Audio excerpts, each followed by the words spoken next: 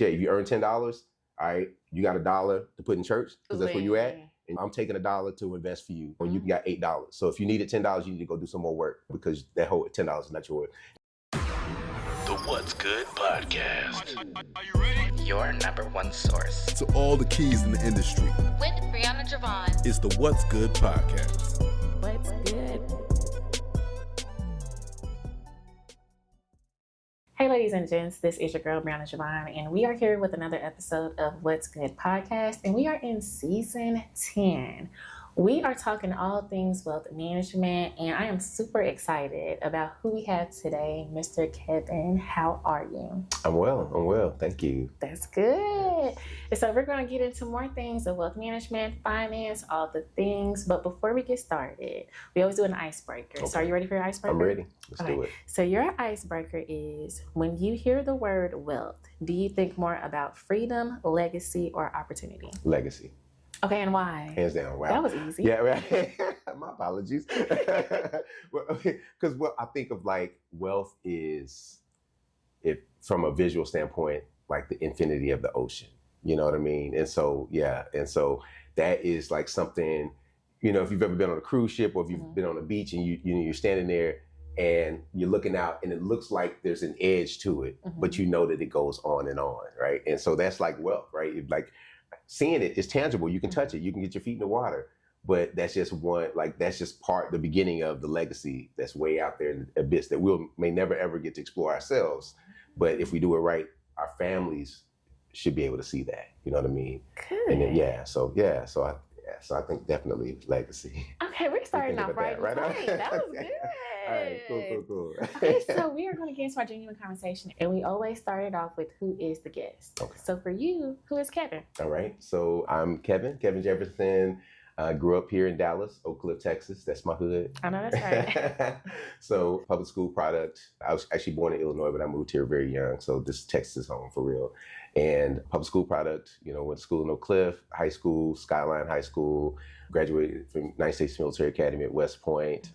Just a happy-go-lucky guy, obviously I was served in the Army, was a military officer when I graduated from college, and just kind of have been enjoying the little gifts that life has given me, graduated, went to the Army, went into finance, eventually got married, got divorced, got married, got kids. But I'm just, I'm a guy that just really takes life as it comes. And also, I think one thing that people don't know about me so much is, so back in the day, so this is a kind of a good story about me.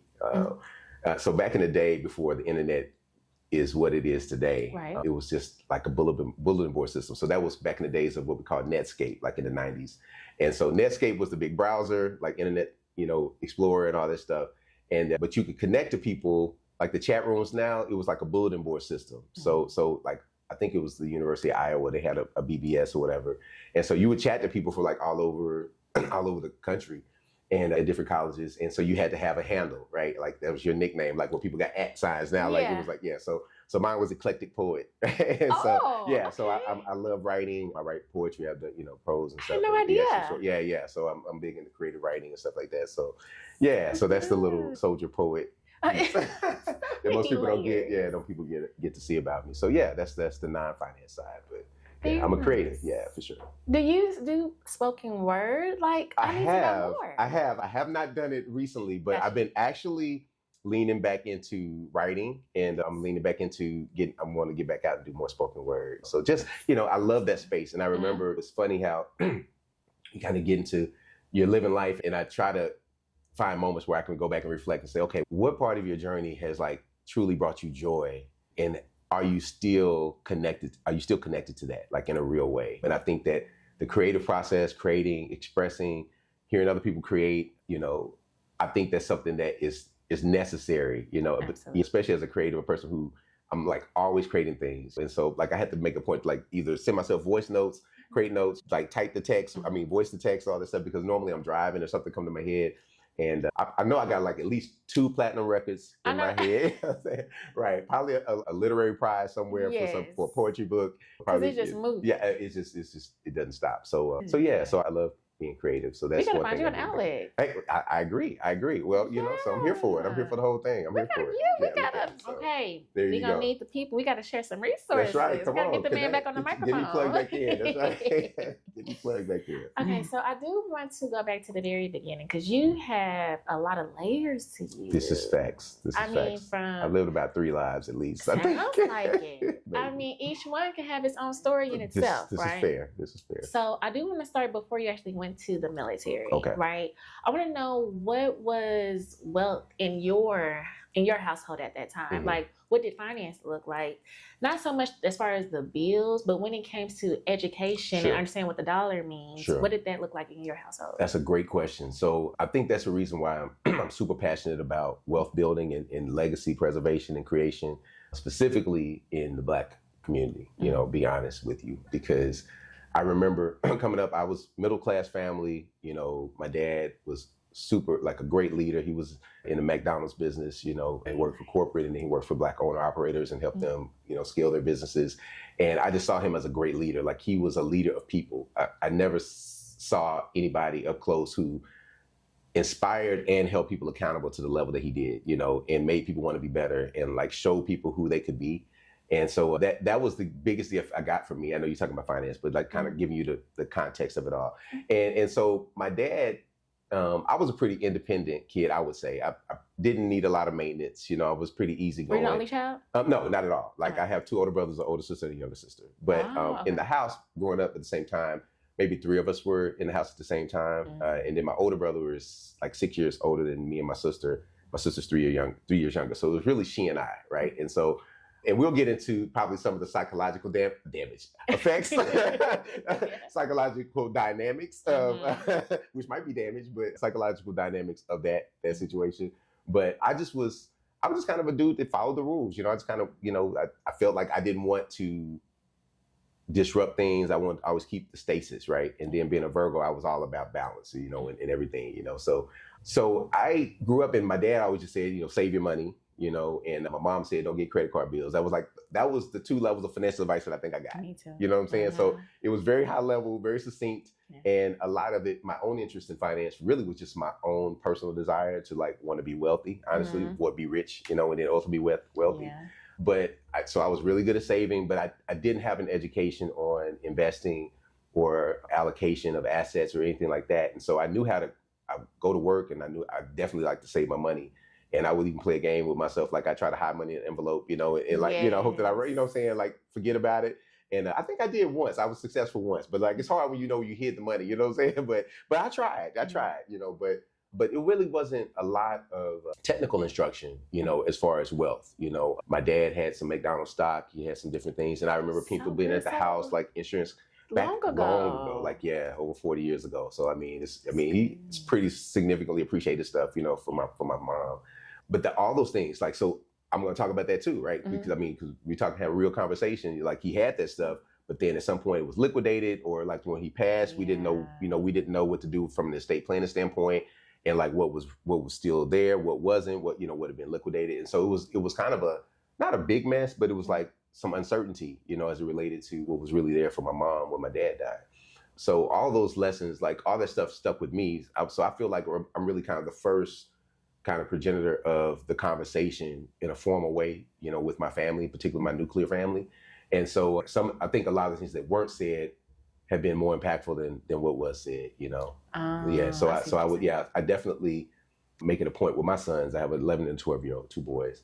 And I always talk to them about money. I talk to them about saving. I talk to them about allocating, like when they get money for doing extra, things around the house. And now I'll give them this. These guys, they have got that hustle mode in them. So like, they hey, Dad, what can I do to earn some money? And I appreciate that. But I started teaching them about, allocating, what I call kind of the 3 dimensions of being. The one is, to give, and I think that's just important for the greater you, like the you that you don't see, and then you got the money to live, obviously, which is your everyday stuff. And then you got the money that you have to invest or grow. And that's the money for your future self, And so I talk to my kids about their future selves all the time. And so it's like, okay, yeah, you got to give because, that's God. That's, I say, I don't even tell you what to give to. I say, but you have to give to something greater than you. You have to know that it's not, you are a part of something bigger than yourself. You're obviously living your life, so you got to pay your bills, but then also you need to be giving or growing, and that's where your future self benefits. And so I do allocations and stuff. And so my kids, if you earn $10, all right, you got $1 to put in church, now, because that's where you at. And you got $1, I'm taking $1 to invest for you, and you got $8. So if you needed $10, you need to go do some more work, because that whole $10 is not yours. And like legitimately, you know what I mean? We just did that this week, so just showing them in practical terms. We played a cash flow quadrant game for kids, where they bought businesses and, how to do real estate and different things, just kind of get them in the mindset. Like we talk about entrepreneurship all the time, everything really that I'm doing now is really setting them up, like I'm trying to give them that 20-year runway that I didn't get to take advantage of personally, you know what I mean? And so like all the stuff I'm doing now is like set up for them to be the people who carry that on, you know what I mean? So and so it's kind of fun because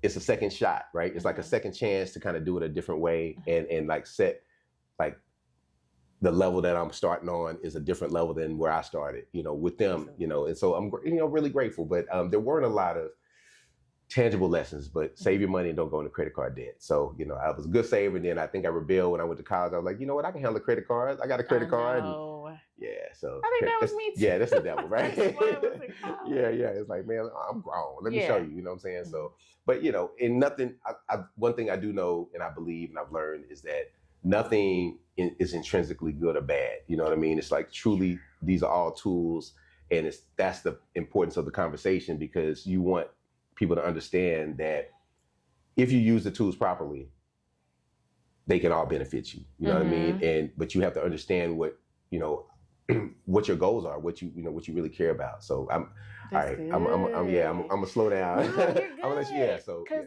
that was a real good, as far as segue. What is one tool that you're still using throughout your journey that you learned in the past that you're still using today? Yeah, I would say actually tax deferred and tax free accounts, just like and insurance. Yeah. So Roth IRAs, tax and traditional IRAs. And people say that. So first of all, let me say tell you what an IRA is. What an IRA is, an individual retirement account. I used to be a financial advisor. I used to be a stockbroker, whatever you want to call it, and I would help people with their retirement goals. And people would always come to me like, okay, I've got an IRA. And what they meant was maybe they had a CD or they had a mutual fund, but they didn't really know what that was. And so an IRA, all it is it's a type of account, and so a traditional IRA is an account that you can contribute to if you meet certain requirements from an income standpoint. You don't have to get too technical. Most people are qualified, and you can put a certain amount away per year into that account and take it off your taxes, right? In the traditional IRA. So a 401k, which most people are familiar with, that's kind of,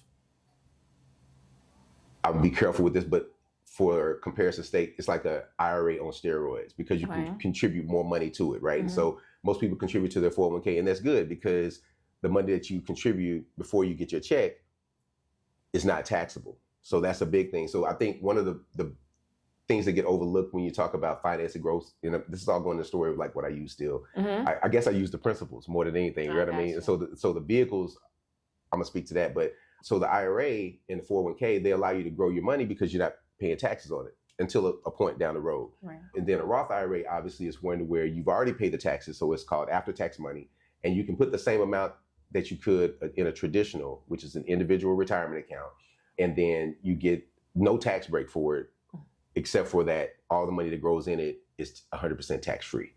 And so it's a choice of, do you want to pay your taxes now, or do you want to pay your taxes later? And then that's a question for you and your financial advisor or your trusted circle. But, to me, if I can pay my taxes now when I know what taxes are and not pay taxes later, that's the better move, right? Because you see how the world changes. Tariffs from week to week are different. So taxes from year to year are going to be different.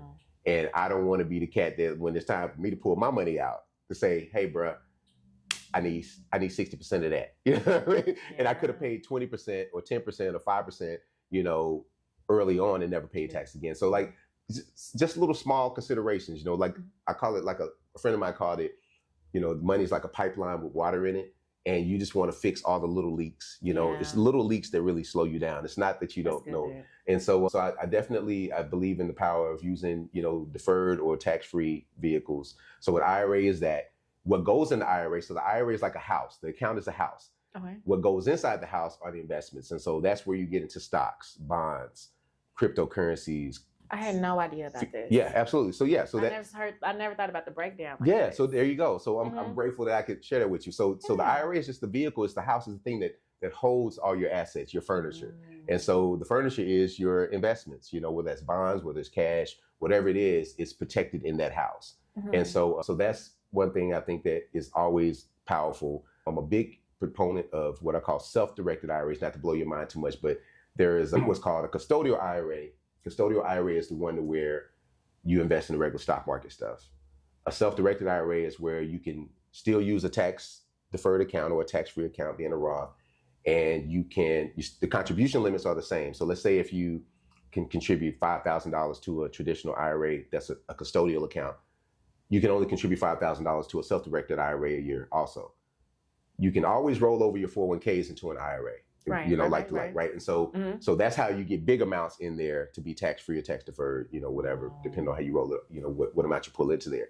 But the power of a self-directed IRA is that you have a lot more latitude in what you can invest in. And so with people who are real estate investors, you use a self-directed IRA so that you can purchase real estate. People with precious metals, crypto, trading accounts, things like that. If you're, you can still do the regular stuff, but you can do, notes where people are doing loans, promissory notes and things like that. So there are a few things you can't do, like you can't do fine art, you can't do insurance, and you can't do like business with people who are direct family lineage, right? Like your mom, your sister, your son, there's few rules in place, but the rules are so minimal that it's so impactful and powerful to have the wrapping of that type of account to where you can actually control your money, even to the point to where you can actually have what's called an IRA LLC. And so what that is your IRA actually owns a company. Wait a minute. With its own tax ID, and the money that you have in your retirement account, you can deploy it into a bank account under your IRA's LLC and go out and do regular business. And so you can have that's crazy. Yes, you can have the full liquidity of your IRA today without the taxes and the penalties. Because that's why people don't take money out of their retirement accounts, because that's the deterrent, right? I got to pay taxes on it, and I got to pay a penalty if I'm not 59 and a half. And so if you're not that age, then the IRA LLC is a way to legitimately run a business, conduct business, and have the liquidity of your IRA that's not tied just to the stock market. So those are some of the things I use, in insurance. Crazy. Yeah, it is crazy. It's like, okay. That was so good. Because my thing is like, I'm 33. Okay. Now having these pivotal conversations. Yeah. So for me, hearing all the education to where you are today, where was that pivotal moment for you to start inquiring about these things? That's a great question. I ask myself that all the time. I'm serious. I'm dead serious. That was a lot, but I'm sure that came over time. It was over time. Having these but having an interest, right? Yeah. I mean, a desire to to take that information. So when I was in college, I was really interested. West Point, at West Point. At West Point. Yeah, I was like, man, I wanted, like, I was interested in finance. So I would buy the Smart Money magazine or Forbes, I just start reading and Investors Business Daily, the newspaper, and just like start reading, and really just Black Enterprise. I would just immerse myself, into the money atmosphere. And I was like, I want to be rich. I mean, honestly. And so, and so and I'll speak to that kind of as a side note. I always question the premise and the purpose of why we even come out to work for money and do all the things that we do. And I know it's a necessary thing in the world that we've created, but I always wonder, why do people do the things that they do for money? Or why do people make the sacrifices they do for money? Or why do people even do the bad things they do for money, right? And so I always ask myself, okay, what's the fundamental principle that is operating behind the desire to obtain what physical money? And it comes back to, okay, what does money represent? And so to me, I'm like, okay, money represents some things we can name. It represents probably choices, maybe some time freedom, some, geographical freedom, maybe some speak the mind freedom. That's what people call FU freedom, you know what I'm saying? So power. There's some of that, all that. But I think the biggest thing that money gives you is really kind of the immutable and unspoken freedoms that we haven't really thought about, and we don't know what those freedoms, what we're going to need throughout the journey, throughout the course of our lives. We think we do, just like we have kind of an idea of what we want to do with our lives. But life shows us that this thing is a big old crackerjack box. You know what I mean? Like the prize is different every time you open it, every day. And so what money represents is the possibilities, and that's all good. Like that's all great to know that money represents possibilities. But I think about why, if it means so much, like all these things that we say we care about, like we want freedom of time, we want freedom of choice, we want freedom of location, we want, FU freedom, we want all these things that we can speak to, and then the immutable, unspoken freedoms that we don't know that we really have put words to yet, but we know that we want the option to have, right? That's where those options, like why do we not have as much of it as we desire? Because I know people really truly desire that freedom, which is represented by money. And so I've come to see that I think that very few of us have really given thought to a vision for our lives. And so that because we don't have that vision for our lives, it's very difficult to quantify what that amount of money should be or what that should look like. And so you hear people, man, I just want to, if I hit the lotto, it'd be over. Okay, right? Yeah, a lot of people win the lotto when they go broke or they're worse off. Sure. There's, people who play professional sports. I saw a guy on Instagram the other day talking about, I think he had, made $100 million in the NFL and he was broke, or he might be broke on his level. Like, you know what I'm saying? Like whatever he's living on, whatever it's relative, right? Mm-hmm. So, but he was like, boom, boom, boom. And I was like, okay, that's another thing. It's the assumptions that we make. We make a lot of presumptions.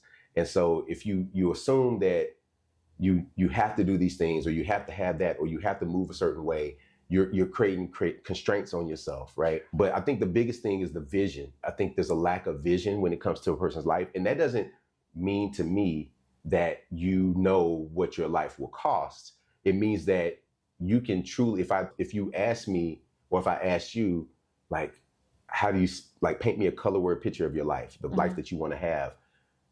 Can you paint me that color word picture? And so, because if you can paint that picture, then that's a vision that can help align how you move. Absolutely. And so without that vision, you don't have that alignment, and you don't even have a clue about what you really need to do that. I'm not saying you need to do this big financial analysis at all. What I'm saying is you have to plug in to a mental idea of how you want your life to be, how you want it to look, and then connect your emotions to that outcome. And then I think some magic will start happening. But more importantly, I think you'll have to now measure your current life with the life you say you want. And at some point you have to bring some alignment, but if you never visualize what that life looks like, it's very hard to have alignment, so it's hard for me to say, I want to lose some weight, but I'm eating dinner at 10 o'clock at night. You know what I'm saying? My metabolism is not allowing me to do so. So let me tell y'all, that's a dig towards me. Okay. See, I wasn't digging. I didn't even say nobody's names. You know what? But it's cool. It's okay. It's all right. We're doing better. Hit dog, we're trying to see what we want in the future so we can become that person. There we go. Come on. That's it. Okay. There you go. Right on. So, have aligning that vision we have for ourselves. And so when it comes back to finances, it's not that we need or want a whole lot of money. It's that we want a whole lot of options and freedom and a lot of maybe the ability to deal with life when it comes to us too, right? Because sometimes you've got things that come out of the way that are not positive, and money can make it a minor inconvenience, or it can make it an emergency, And so we're always kind of walking with all of those subconscious ideas, those hopes, and some of those fears. And so we never really get clarity about where we want to go. So we kind of spin in circles, because I didn't have. And so I guess when I think about it, and I never really, I don't think put it in these terms, but I'm kind of a walking testimony of that, because if you look at my life and kind of my track, nothing really lined up to me being in finance at all. You know what I mean? So I wanted to be a doctor when I was very young. So I wanted to go to medical school. So I was at West Point. One of my classmates, actually, who is a retired Army colonel, and now he's a I think a cancer surgeon in Bethesda, Maryland. Like super successful guy. Good friend of mine, Matt Heeman, my dude. He was my roommate, but super smart guy. So Matt, one day, I remember working on a math problem. It was like a nonlinear equation or something. And nonlinear means you got the math problem down here, and you got a math problem up here. Okay, just for all of us who got to be on that level, right? So you got multiple variables. And so that already threw me off because now you got multiple variables, bruh. We're going to keep coming up with the same answers. This is a circuit, what they call a circular reference. You know what I'm saying? I don't, so I asked Matt, I was like, man, I'm struggling with this. And he's like, oh, okay. First thing you do this. All right. And then you do this. And then there you go. And I was like, oh, wow, that's so simple. Right. You're so smart. So for those people who don't know, when you graduate from, I'll speak to West Point because I don't know about the other military academies, but specifically when you go to West Point, your senior year, you pick your branch. And so medical corps, at least straight out of school, you only have maybe 8 to 10 people who can go to medical school. And so Matt wanted to go to medical school. My roommate, who was super smart, just taught me some math that my teacher couldn't even teach me. Okay. And I made that decision right there. I was like, okay, I'm not going to medical school out of West Point because I'm competing with my roommate. And so I'm going to study English, which I love. So I became a literature and philosophy major, and I minored in information systems. And got my little engineering degree, and moved on. So now I got a concentration in English, a minor in IT, a military school, military officer, corporate America, worked for Georgia Pacific. I was a manufacturing company. And so you were like, how does this dude become a stockbroker, become a currency trader, and so on and so forth. And so it was truly that, honestly, trying to align my life with my vision. So I remember, this was in the late 90s. And so I remember going to Barnes and Noble, on weekends when I had downtime, and I would just be studying. I go through the financial, planning aisle, and I just get books, and I just start reading. Beautiful. Yeah, I read, I get the magazines. I was like, what does it take to become a financial advisor? Oh, you got fee-only planners. You got, that's what I learned. Okay, you got fee-based planners. You got fee-only planners. I'm like, okay, what do you need? An ADV? Okay, all right. If you want to get your licenses to do this, you got to be sponsored by. And so I just started doing the work to kind of learn about the thing. And I was aligning myself with the vision I had for myself. And then literally one day, a month or so after September 11th, actually, so maybe a month after, maybe 2 weeks. Yeah. So, 2 months. A headhunter called me. I remember I was sitting in my apartment on my couch, and the headhunter called me. He was like, all right, we're looking for, military officers and NCOs, junior officers who want to be financial advisors, and I got a client who's interested. Can you fly to New Jersey? Oh, wow. Yeah, can you fly to New Jersey, in such and such a time? I'm like, yeah, okay, we'll send you a ticket. We'll fly you up there. And so I flew up there, interviewed. That was so easy. You know what I'm saying? Exactly. That's how. And so, so I interviewed and, went through a series of interviews. One of my managing director the final interview with was a West Pointer. And, and so we just, the bag. Boom, it's done. But that serendipitous moment came through the alignment of what I wanted and my action that I took without having a clear path. I think we sometimes get stuck on how am I going to do it, as opposed to saying, okay, what do I want?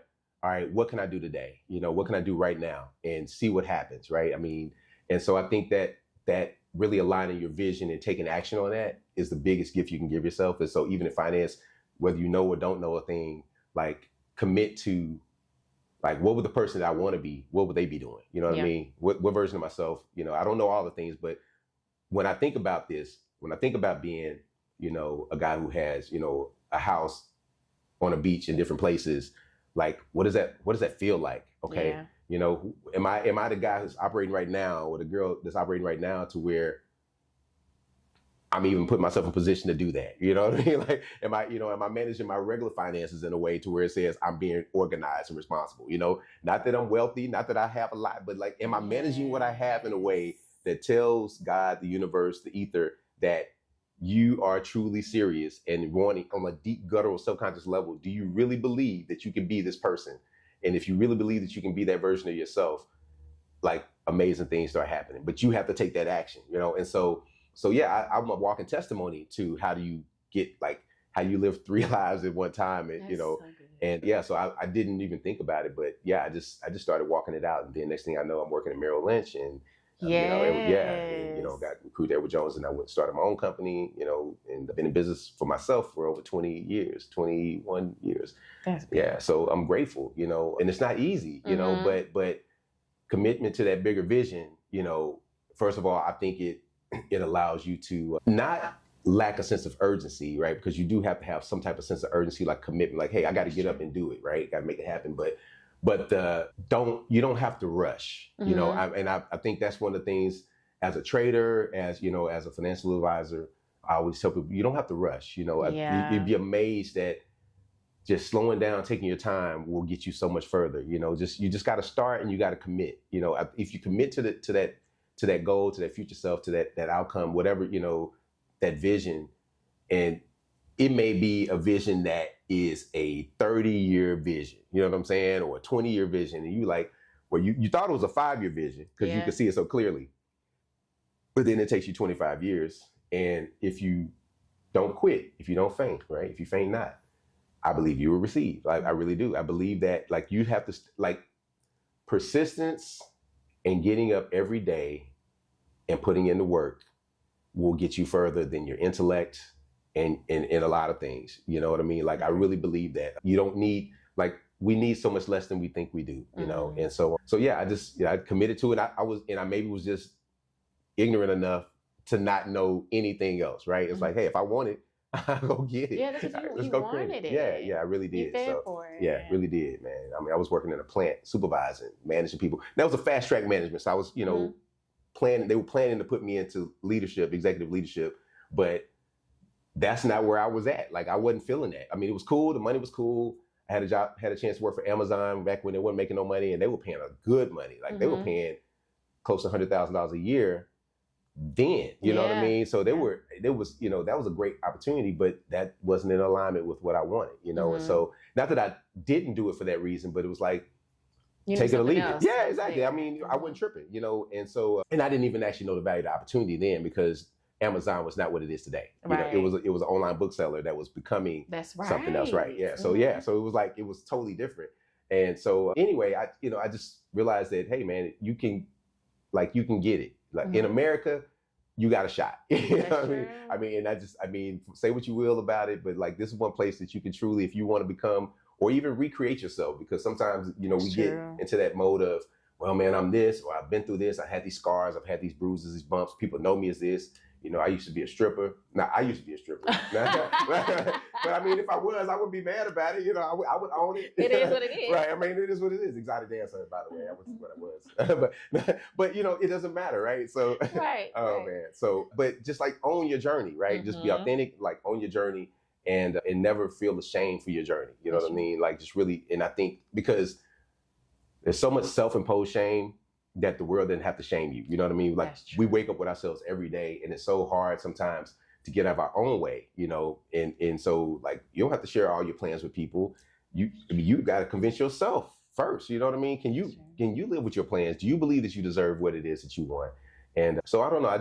A lot of things I just take principles with me, and then practical stuff like, it's the the IRA and the insurance stuff. But I just, I'm an advocate that, like, until you die, it's never too late. Like, it's literally never too late. Like, that next day can be the day that everything changes, I agree. Yeah, so I want to ask you a question regarding like getting started. Okay. Let's say I'm in a predicament of either getting a new job opportunity that provide much of a raise that I've ever seen before in life, right? Or I get a client. This client is now, I know I got a 12-month contract with them, and I know the money is coming. Right. With that being stated on the other end, and I'm seeing this extra money come in, what do I do as far as first step with the additional funds? If I want to go into trading, if I want to do the IRA, like whatever that may be. Great question. What should I do now that I'm seeing there's a difference? I'm waking up, I'm doing all the things. I see myself leveling up every day, and now I'm seeing the residuals, everything is coming together. Right. So now that I'm seeing this, what would be the plan, and how would we get started to creating that life? That's a great question. Wow, that's an excellent question. So going back to allocation, I believe in allocation. Now, and I had a kind of a little barrier. I meant to look at it before I came in so I could remember, but I'm just going to kind of give you a hypothetical. But like, I had even a barrier to where, okay, if you're bringing in $100,000 or less a year, this is what you need to do. If you're bringing in more than $100,000, you just do right. And so, oh my gosh. Right. And yeah. So, and just only from the standpoint of like getting people to take action, right? Is it on your phone? Because we could use that. Let me look it up. Let me see. I know I texted somebody who was asking, one of my cousins was asking me a question. Let me look his name up real quick, and I can read it. Okay. So this is what I said. Man. So he said, how much do you think I should start off with? That was the question. I said, man, that's such a personal choice. I normally tell people making up to $100K per year to use this formula. So 5% give, whatever that means to you, 10% save, high yield savings account, and I'll share a website. 20% invest, this is the answer to your question of how much, and then 65% to live. And then over 100%, you just change the give from 5% to 10%, and then live from 65 to 60, and all the else stays the same. So you take a little bit more from your live to your give. And the premise behind that is that you can't not live, you know, and so, but you can't not give and you can't not grow. You got to do all three. You know what I mean? And so, so create a formula for yourself that says, no matter what, if I'm at this level, this is what I'm going to do. So don't feel bad about not giving as much today, but once you get to that threshold, you double your giving immediately, and it doesn't hurt you. You know, it's not hurting you, and you're still lining up to that greater self. You're still investing in your future self by putting that, that additional money, that 20% away, and then you living off a smaller percentage, but off of a bigger number. You know what I mean? And so, I think that's kind of where I would start, right? Allocate my resources from a percentage standpoint first, and start with cash, right? I mean, so when I say invest, go open up. I would personally open up a. I got excited. I'm sorry. Right. That's cool. That's cool. I would. It's so much a situational, but I would say the first thing is, if I didn't have an IRA, I would go open up an IRA with that and start funding that, right? That's because you want to get the easy stuff out of the way. At a certain threshold, if you're over 100K in an individual, you might not be able to do the Roth, but you can do a non-taxable traditional IRA contribution. I'm sorry, not a non-deductible traditional. Okay. And then the beauty of that is you can, not to get too technical, you can convert that to a Roth at a certain point. If you don't take a tax deduction, they'll let you convert it because it's after-tax money anyway. And so what I would do is I would get some type of IRA. If I could do a Roth, I do a Roth first. If I could do a traditional, I do a traditional. And go, if you have a financial advisor or somebody you trust, or even somebody at your bank, like they should have a financial advisor department. You don't have to use them, but they're your resource. You're banking with them. So ask them the questions. Hey, I'm interested in this. And they'll probably try to sell you some stuff. Just know that. But say, hey, I'm here for an IRA, and I'm not here to invest it right now. I'm just want to get into the habit of saving the money, right? And so open the IRA, max it out the best you can. If you're an entrepreneur, open up a solo 401k. So there's a solo 401k that's just like a 401k, and you can put tens of thousands of dollars in that, and take a tax break either as an employee or as an employer. Yeah. Yeah. So all that's there. Keep it going. So I was some type of tax efficient account for sure. I prefer, ultimately, you want to get to, you just want to do that. You want to do tax efficient investing. So if you're an entrepreneur, do that solo 401k. If you're just an employee, start doing your traditional IRA or your Roth IRA or whatever you can do. Sometimes they'll match it. Right on. Yeah. If you're doing the 401k, they will. But I'm just talking about money that you control. Outside. Outside of that, right? Because so the 401k stuff, that's got a lot of rules and stipulations around it. But this IRA stuff, this is your money that you can do a couple things with, and you can actually use that money, right? And I'm not saying like in life, but you can invest and you can take charge of it. And so I would get that going first and get into the habit of just seeing my money go into the different buckets, right? I mean, the give bucket, the live bucket is there anyway, and then the invest bucket is there. And the invest doesn't mean that I'm putting money in the market today, but let's say over the course of a year, now I know I can confidently invest or save. Now I'm confident in my decision making, say, okay, now I'm okay with parting with this because my lights didn't get turned off. You know what I'm saying? Like I got money for that. But then in the course of you saving that up, so let's say over the course of a year, you just want to give yourself that runway, and you had an additional $1,000 a month that you could put back from all you were doing. So you got 12 grand or whatever in the different places that you can put it. And now what I will be doing is educating myself a little bit on the markets, of course, over the course of a year, right? So high yield savings account, they may pay you 4 or 5%, and all you want to do is basically beat inflation or be right above inflation so that your money is not losing value while you're taking that year to learn. So now, hey, what is saving? What is investing? Like real basic questions. The government, the FDIC.gov site has something called Smart Money Moves or something like that. It's like a completely free program. You can go in there and you can show, basically, the beauty I like about this is that now you can go on that site, FDIC.gov, go to the site and read through it, and you can audit it yourself and say, okay, well, I know what a checking account is. I know what a savings account is. Yeah. And so now you say, okay, but you started preschool, and now you can move all the way up through graduate school, right? And so so now it's like, okay, I can see where I am on the spectrum. Nobody has to tell me. I've got this free resources. I can see, okay, this is where I'm at. I'm at investing. I'm at stocks and bonds. Okay, what does that look like? Okay, I can invest in a stock, which is one company, one horse. That may be a fast horse, but that horse may get might pull a hamstring. You know, Right. might break a leg. So that horse might be fast, but it's risky. So okay, what's something else I can do that's similar to the horse? Maybe I can buy an index fund. So now I've got 100 horses in my stable. And so if one horse is hurting, another horse isn't, you know, and so that's another way to stabilize your thing. And so you're just learning. Is that like the SP 500? Yeah, S&P 500. That's an index, right? Exactly, right. Mm-hmm. So, you know, exchange traded funds offer different indexes. And so, yeah, so you get into like, hey, like learning what's what. And that way you're not feeling the pressure to take action. I think so many times we rush. A guy I knew, another West Pointer he was ahead of me, but we worked at Edward Jones together. And he came there like in month 2, he just started blowing the doors off of it, like literally just killing all the records. He was amazing. So we were talking one day, and I asked him something, and he took it back to the military. He was like, well, he was an infantry officer. He said, I used to tell my lieutenants all the time, don't rush to failure. And so that's a phrase that I always kept with myself, is like, don't rush to failure. Like, just because you can take action or you feel like you should be taking action doesn't mean you need to take that level of action. You know what I mean? Like sometimes taking action is starting to allocate your funds into different buckets. The next taking action is I'm going to start educating myself, you know, on the different type of houses I can have my money in, you know, and then I educate myself on what kind of furniture can I put in that house? You know, I can put stocks, I can put bonds, I can put, you know, mutual funds. I don't believe in mutual funds like that because they're super inefficient. But in, you know, ETFs, exchange traded funds, which are more economically efficient, right? So like you start learning about, so you can educate yourself in a way that doesn't feel like you're under pressure. Right. And then, overwhelmed. You don't feel overwhelmed, and you don't feel like, okay, I made this mistake, or more importantly, you know, you start investing, and inevitably the first month you put your $1,000 in the market, it's $980 at the end of the month. You're like, I knew this didn't work. You know, like, you're like, man, you lost $20.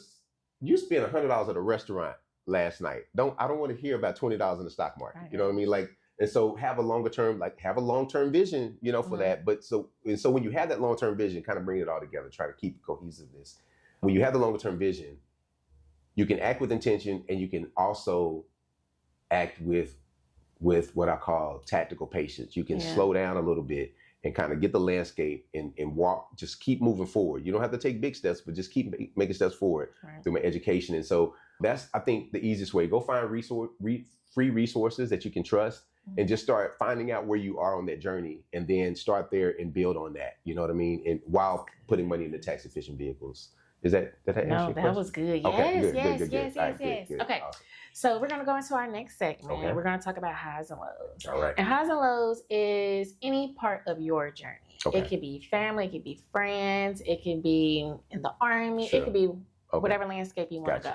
Gotcha. Let's start with the high first. Okay. Anything as far as like an advice, any type of support, like you mentioned with your kids, you know, anything of that sense that we can celebrate you and you can celebrate yourself. Right on. Thank you. That's very kind. Well, the highs, I'm grateful. Well, the high is that it's literally been an entrepreneur for 21 years this year. Like February is my 21st. This month is my 21st year being an entrepreneur. And so being on my own, you know, and I'm grateful for that. You know, it's been a roller coaster. It's been highs and lows, but I'm giving myself flowers for that. Because it's so easy to quit. Yeah, it is. It's super easy to quit. And it's easy to be down on yourself, you know, and not really take stock of what you've done. Like I was thinking this morning, I'm like, man, I was taking my walk this morning. I know, get up and down, take my walk, right? So I'm walking through the neighborhood, and I normally have like a speaker, so I'm listening to a podcast or something. But at some point I kind of just zoned out, and I started thinking, I'm like, man, it's so dope. Like I actually have been able to take walks through my neighborhood at like 10 o'clock in the morning on a random day. And like, that's a blessing. You know what I'm saying? Like, I'm grateful for that. Like that's an accomplishment. You know what I mean? To do it to where people see you and they recognize you and expect to see you. You know, it's like, okay, it wasn't a one-off, you know, and sometimes we don't celebrate the small things, you know, because the small things are really big. From a helping other standpoint, I would say, so I'm a trader. I know we haven't gotten to that too much, but I trade the currency markets primarily. I teach people how to trade, and, you know, I've got some other stuff going on, but I have my group of West Point buddies. We have a little chat group, and back around COVID, people were kind of more interested in the market because people were at home, and, you know, so coming out of COVID, somebody asked me about Tesla, right? And so I gave them an analysis of Tesla, like told them where it was well, I put a video out saying I was shorting Tesla, meaning I was selling Tesla because I expected it was going to go down in value. And it's on YouTube. You can find it there. And so I sold it, and it went down. It went down way further than I thought it was going to go. So, but it worked out. And so the market was down from like between $600 and $800 a share when I shorted it or sold it, and it got down to like $100 something a share over the course of several months. And so I'm watching it now because my friends got me involved. And so I'm like, okay, let me see, let me see what's going on with this thing. Right. And so I was like, okay, I think it's bottoming out. And so I told my boys, I was like, okay, I think, we may get into a point where you want to prepare to, if you want to get some of this stock, you want to get in now. Right. So I called on the day, I told them to buy it. And then it piddled around like within 2 or 3 days, it finally hit the price point I told them to get in at. And then it went up. I gave them targets, where they could get out and all this stuff. I gave them the whole game. Mm-hmm. And one of my buddies who is still in finance, who's a big time at a big brokerage firm. And he said that, well, I took your advice.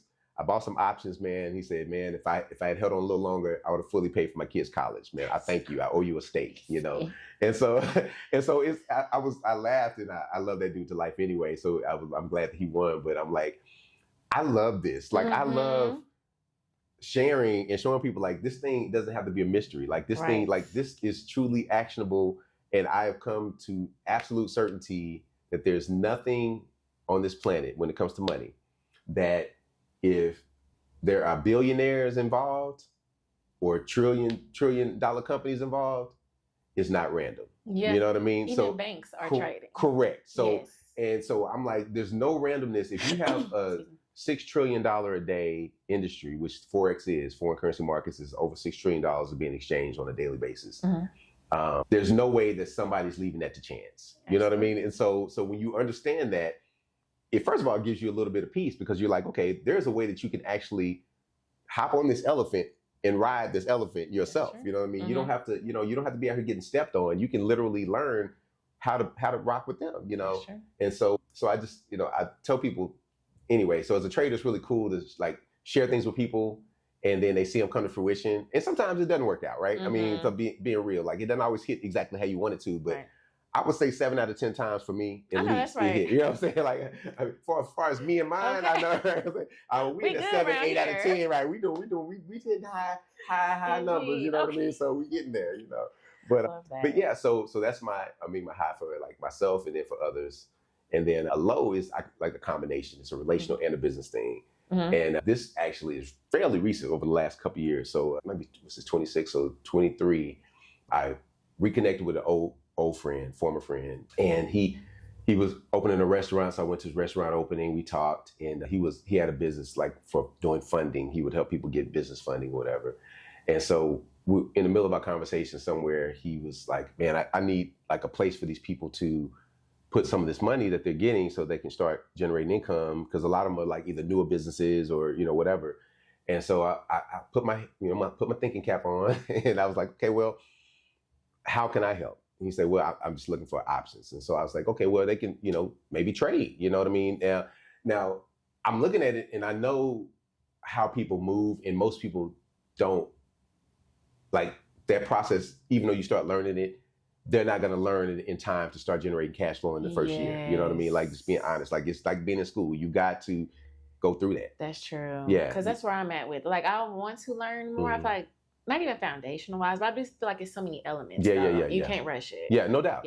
And just be patient with it, but that wasn't serving his people in the way he was saying. So I was like, okay, well, instead of them taking that money and putting it in the market, especially if they're new, or even giving it, to one of my programs where we could, trade copy and all that stuff, which had been happening for a long time. Mm-hmm. I said, well, now prop firms, these things called prop firms are popping up, right? These proprietary trading firms. They've been around for a while, but like they really exploded in the last 4 or 5 years. And mm-hmm. so I'll share with you what that is first, and then I'll kind of continue the story. So mm-hmm. I had traded for prop firms before. There was a guy in Utah who had a firm. And so they take you through all these different tests. Like they test how you trade, how much you lose on the trade, how much can you make? Like they give you, like, it's like a whole boot camp full of stuff. Nice. And so you pass those things and then they give you like real money. This company did. So I passed the challenges or whatever. And I got funded. Yeah, I got funded. And so I was like, this is pretty cool. And his concept was very different than a lot of what's out there now, where people aren't using real money, which perfectly fine. That's okay. But there's it's more like a casino now because there's so many games and so many gotchas to it to where you have to pick the right company. So nevertheless, I'm thinking, okay, prop firm money is probably a better play for these people than using their real money. So what does that mean, right? So if you are trading your own money, let's say if you got $10,000, you put that in the market and you trade it or whatever, and it goes down, that's your $10,000 going down. That's it. Right. Or prop firms allow you to either buy what are called funded accounts or buy what are called trading challenges, kind of what I was talking about with the guy. And when you take the trading challenge, you abide by certain rules, and they have like really strict rules. And then once you pass it though, you're trading and you can take income off of that account. But instead of having a $10,000 account, maybe you have a $50,000 or $100,000 or more, account that you can trade, right? And so, so the zeros are bigger, right? Now, remind you, this is simulated trading, but they pay you like it's a real account. And so I was like, this is perfect. This makes sense. So your people can, we can set up, redo the model to where they still getting my trading course because I want them to learn how to trade. I definitely was an advocate of that, people being empowered, right? Because you got to be empowered at some point, self-empowered. And so part of it was the trading course, and part of it was the done-for-you trading to where you use a prop firm money, and we'll trade, and then you copy my trades, and then whatever money you make, you keep. You keep it. And so it started off going really well. It was pretty small, and people were we were passing the challenges, people were getting funded, and things were going really well. And then the company changed technology platforms, and that was like a wrench. And so okay, boom, now it's taking me an hour to send my trades out to the people, where it will take me like 10 seconds. Now it's like taking me 10 times as long or whatever, And so I'm like, okay, that sucks, but we can push through it. And then when I think we talked about changing, kind of making set asides for people, like when you have a business model, right? And so one of my members, I had my payment portal where so they paid me $15,000 to enroll in this program. So it wasn't cheap. Very so good. Right. So half of it was for learning. It was lifetime membership. You can learn, and then the other half was for me to trade for you for a year or to copy my trade or whatever. And so genius concept, I thought. That was really right. Good. You know what I'm saying? Nobody's real money except for you paying your tuition. And then and so one of my guys, he wanted to wire the money to our company, which we hadn't set it up that way, but it was okay. So we say, okay, wire the money. And he went to his bank and said, or maybe it was a credit union, and he said, well, I want to wire this money. And they were like, what's it for? It's over $10,000. And so they were like, he said, it's for an investment. And I told him, I said, well, if you do this, you got to let them know it's an enrollment, it's a membership fee, it's tuition. It's not an investment because I'm not investing this money. But as soon as he said that, red flags went off. And I remember I was traveling and checking into a hotel. My accounts were frozen, it was crazy. And I didn't think anything of it. I thought it was like maybe a fraud alert or something on my account because I was staying at a really nice hotel. And so, and I'm not a big credit guy. So if you're going to hold some money on my debit card, okay, cool. You're going to know. I ain't tripping. Yeah. And so I thought the people I was banking with called me to confirm, okay, is this your hold on your account, whatever. And so they started asking me questions about my client and all this stuff. And so I'm like, okay, well, maybe that was a security question. Totally not tripping at all. And a few months later, some of my clients, because I had members all over the country. So people were calling me and they were like, somebody just called me from the Securities Exchange Commission. The SEC just called me and they're asking questions about you and how I know you. And I was like, I thought they were scammers because I'm like, I don't know you, but then they knew so much, it freaked them out. So they were like, I just wanted to let you know. And I told them I ain't talking to nobody without an attorney. And so I was like, okay, thank you for letting me know. And so at that point, I'm like, okay, well, let me go get my own attorney because clearly, you ain't asking about me for no reason. Up. Correct. And so anyway, I go get an attorney and we find out what they want. Eventually they reach out and say, we want to talk to you, about this program that you run in or whatever. And so, and it was very successful. Like in the short amount of time, it had grown and it was good for us as a company and, things were in the right way. Even we were dealing with some technical issues, but it was like, okay, as long as it was in tech, stuff that we can work through. But then when the SEC got involved, it became really tough because now I'm spending money on attorneys. I'm flying out. I flew out. I had to fly out of town to go meet with them. They're reaching out. And so I eventually get an attorney and find out what they want. And they want to know about the program. So my first thing is, now my attorney is a former federal prosecutor for financial stuff, like big institutions. So he's familiar with this. Knows the space back and forth. And so he's looking at it and he's like, they don't regulate currency trading. Like that's the CFTC. You're not operating a fund. You're not taking anybody's money to invest it, like all the things. And so they said, well, this may be considered an unregistered security as far as we're concerned, so like you haven't registered as a security with this.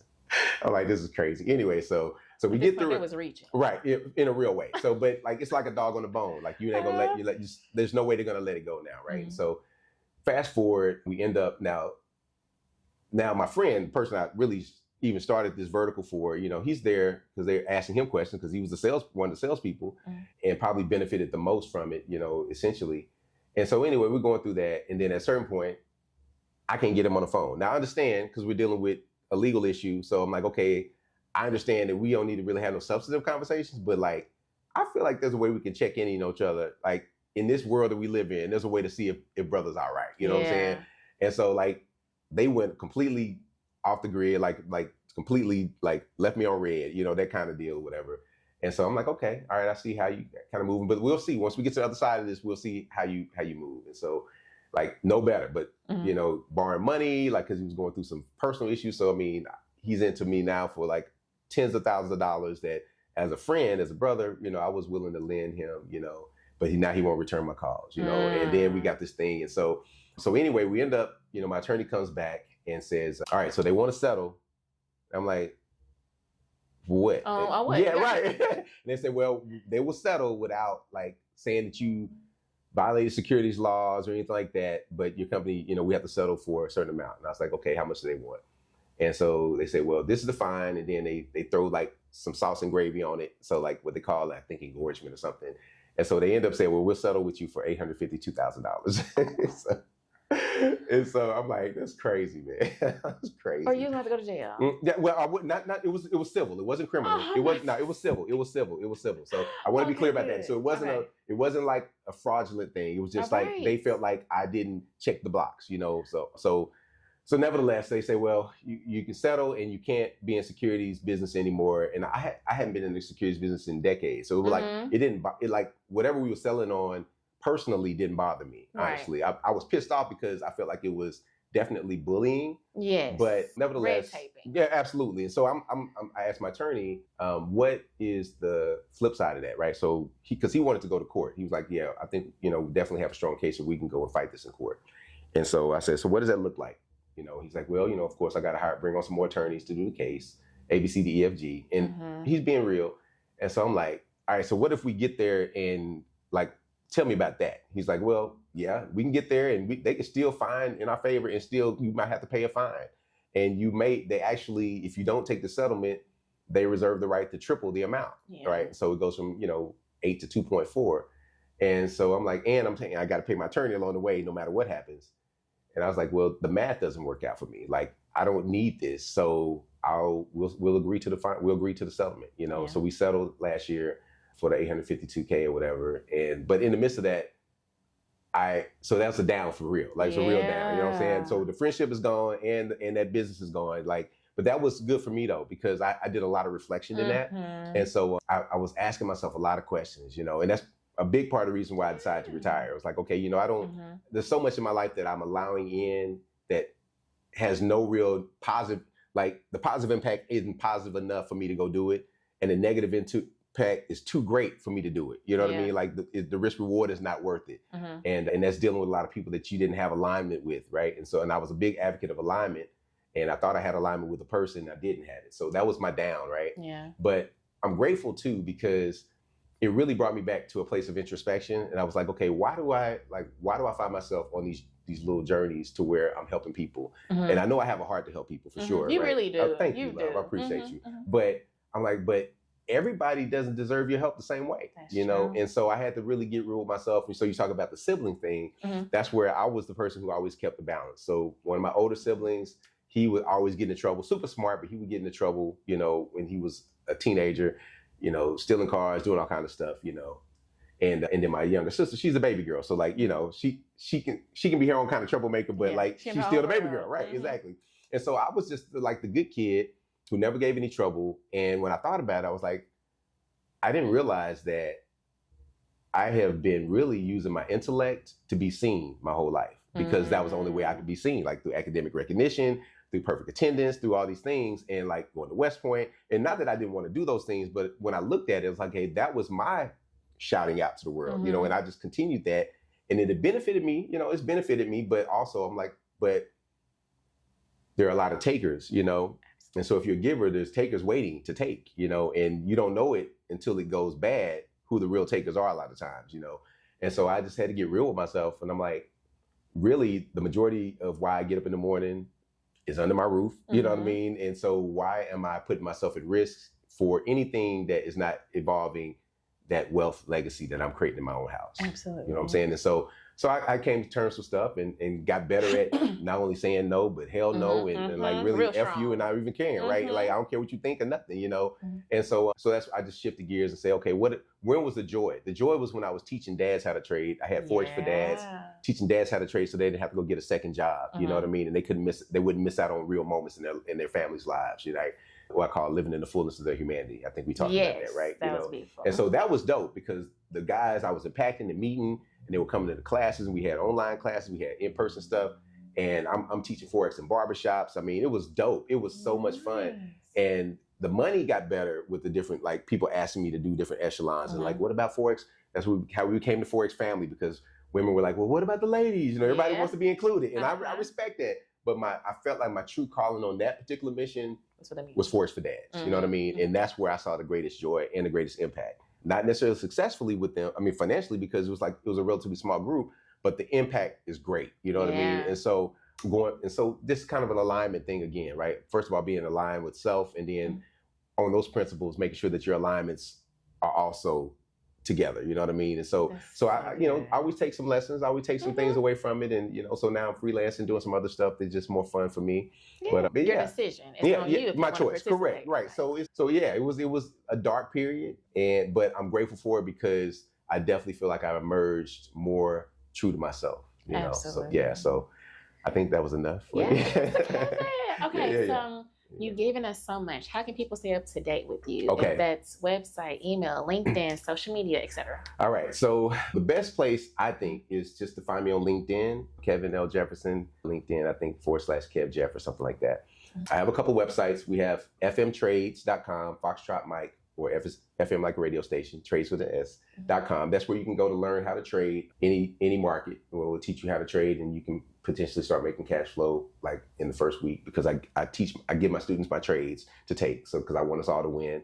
So that's one site if you want to go learn how to trade. If you want just more insights on the market, maybe I found a lot of professional money managers or higher earning professionals or people who are do-it-yourselfers with their portfolios. We're rolling out a newsletter next month called Vantage Point Macro, or the daily, whatever, the Vantage Point Flow. So Vantage Point Macro, that's what it's called. It's the company. And we're going to just give financial intelligence on the markets, right? So like help you cut through the noise that's out here, kind of like what we did with the IRA stuff, but it's more for active money management. And so people who are already in that vein, they can go to vantagepointflow.com. Now, it will give you an email address, like you got to put your email in because we're still playing with it, but you can go there too. And that's why I tell people LinkedIn, that's probably the easiest. But yeah, FM Trades, Vantage Point Flow, and LinkedIn for sure, and shoot me a message on LinkedIn. Like, shoot me a message. I really do respond. Like, it's me. It's not like my secretary or anything like that. That's right. Right? You know what I'm saying? And that's the best way to have a real conversation about what may be best for a person if they wanted to meet, and talk about something. I love that. And we're going to make sure we put it in the show notes so you guys can click and support. Right on. All right. Right on. So we are going to wrap it up with our motivational moment. And that's usually something that I may see on social media. It may be a Bible verse, whatever the case may be. I bring it here just to give a little bit of motivation towards the end so we can carry it along as we go on our journeys. So for us, it is going to be a quote. And the quote is, wealth is not what you earn, it's what you build, protect, and pass on. So I'm going to share my thoughts. You share your thoughts, and it's a wrap. Sure. All right. So when I first heard this quote, I'm saying it again, wealth is not what you earn, it's what you build, protect, and pass on. And I think that goes back to how we really opened this, is that it's not for the present, it's for the future. Correct. But of course, in order for it to be the future, you got to help build, you got to protect it, and to ensure that's passed on the proper way. Yeah. And so these conversations that I've been having lately is like, you got to make sure it's protected. You got to make sure you're intentional. You got to make sure your mindset is right. And that's the stretch of what it takes to move forward as you're doing the investing, as you're doing the wealth management, all these things. And I feel like they all come together, like you mentioned with the water. Like there's ebb and flows and all the things that we do. But at the end of the day, you have to have a plan. Correct. Like, I really do feel like that is like the the cherry on top Yeah. of our entire conversation. No doubt. And so that was my thoughts. What are your Okay. thoughts on it? Yeah. So, the first thought I have is that obviously when you talk about wealth as a concept, you can get very philosophical, and there is ways to pass on wealth, right? I mean, your name, your family's name, or whatever you're known for. If you're a nonprofit, or if I think about Minnie's Pantry. I remember meeting Cheryl Action Jackson when I moved back to Texas in like 2009, 2010, and we were up at UNT. I was on the board up there, and so we met at some event, and she had a food pantry, and I don't think it was substantial, but it was significant, but it wasn't substantial. Mm-hmm. And she said, I think it was in honor of her mom or honor of a family member. And so nevertheless, I remember seeing her. I was like, man, that's so dope what you're doing. And then fast forward 10 years later, 15 years later, like Oprah and all these people, Nice. And she just started and she just took action. And so that was her legacy and the wealth that she's created. It wasn't necessarily a financial thing per se, but it was impact, right? Mm-hmm. And I think the wealth should have lasting impact. I think that's what we're talking about, Ooh, right? yeah. And so when you talk about the financial piece, that as well, if you do that right, it's not that you start with what you start right now. My dad used to always say, it's not how you drive, it's how you arrive. Absolutely. That's good. So I say, just start. Mm-hmm. Don't despise what you're starting with. Stay on that journey, and because you can never have that legacy wealth, financially or otherwise, impact wise or otherwise, if somebody doesn't start. Absolutely. You have to start. I love it. Well, I am so thankful for you. I'm grateful for you. This was so good. This is really good. This is really good. I Did so you have enjoyed any this. last words for the people before we end? Yeah, I would say, hey, you know what? First, I would say, don't rush the process. Wherever you are in your journey, don't rush that process.